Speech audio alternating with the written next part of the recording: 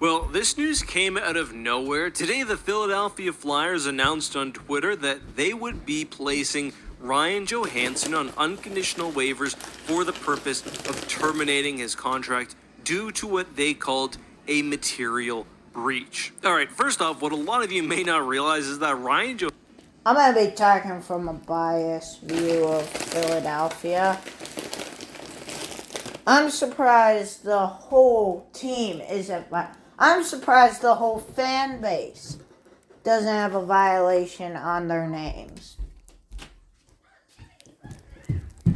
And I want to say, I'm not surprised that Ryan Johnson got it. Even though that I don't know who Ryan Johnson is, he's probably a great guy. But you're playing for a terrible, evil, terrible team. Like something like Walt Disney. I'm kidding. Well, kind of.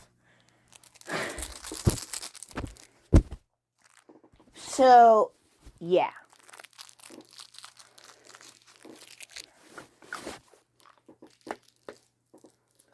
And I'm not sorry if you're a Philadelphia Flyers fan. Switch over to Pittsburgh. Johansson is on an 8-year, $64 million contract, which runs through until the end of next season. Now, that's actually split between two teams. At the beginning of last season, he was traded to Colorado, with Nashville retaining half his salary. He played 63 games last season. I mean, he's not really been the same since that big Nashville Cup run, but last year, he really took a step back in those 63 games, all of which he played with Colorado. He scored only... You mean a step back in Philadelphia?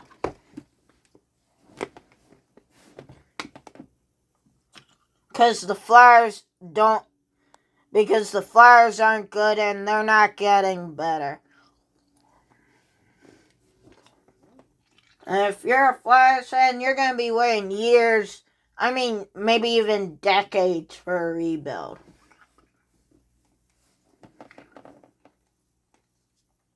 Because the GM is confident that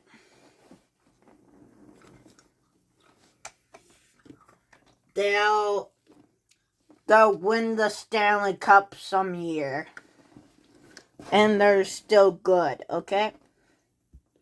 Scored only 23 points. However, he was actually traded to Philadelphia at the trade deadline, and this is where things get a little bit greasy. The Flyers tried to assign Johansson to the AHL. However, he stated that he was injured, and there are rules about assigning an injured player to the AHL, basically meaning that it could not happen. This is where the alleged breach of contract comes in by Philadelphia. How was it that you were playing just fine 63 games with Colorado? Suddenly you get traded to Philly, you're no longer on a cup contender, and not only are you a little banged up, but you're so injured that you can't play. And yeah, Johansson wouldn't lace them up at all for the Flyers last season, and it seems quite likely that he will not now. It's just so weird because, like, the LTIR mechanism... You know what's also weird?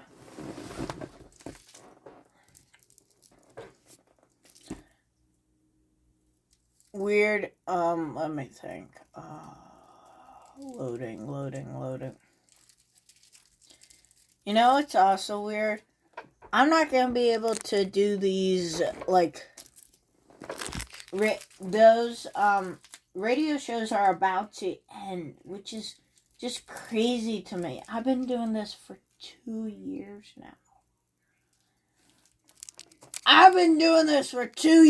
now. Bloody. Oh.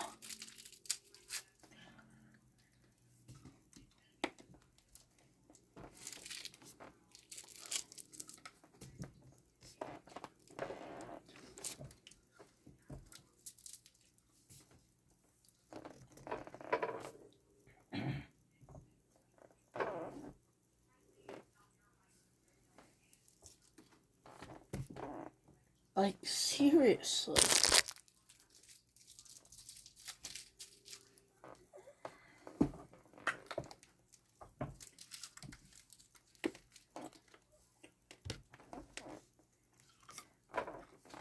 So, radio shows, if you're new here. The series that you're watching it on currently is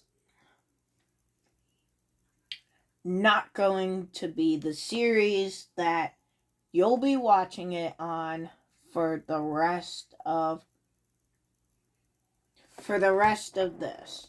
For if you're a new hockey fan, or if you want to be a hockey fan and you're watching a series, and I just said that it's ending, it's going to be in the, what's it called? See, even those are pretty big again. But we still love to learn about the Boston Tea Party in 5th grade. See, I forget stuff too. Okay, so it's called the NHL Picks of the Month. So the playlist is called the NHL Picks, where we do a NHL pick of every month from October to the NHL playoffs finale. Most times.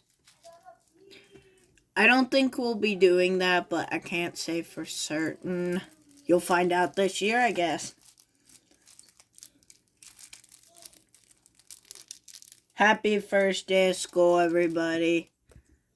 Does exist, so even if Johansson wanted to stay away from the Flyers or around a cup contending team, he could have went on LTIR presumably with Colorado. Danny Briere after the trade actually gave an interview where he said Johansson told them he doesn't think he can play hockey and that the Flyers need to figure out whether there's even a remote chance of him playing for the team. And again, the for the team part is interesting, or for the organization. Could Johansson magically find it if he played for a cup contending team?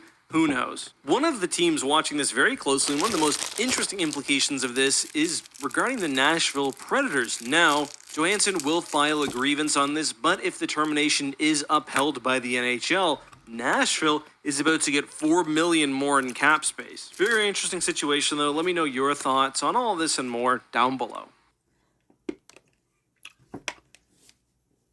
Alrighty.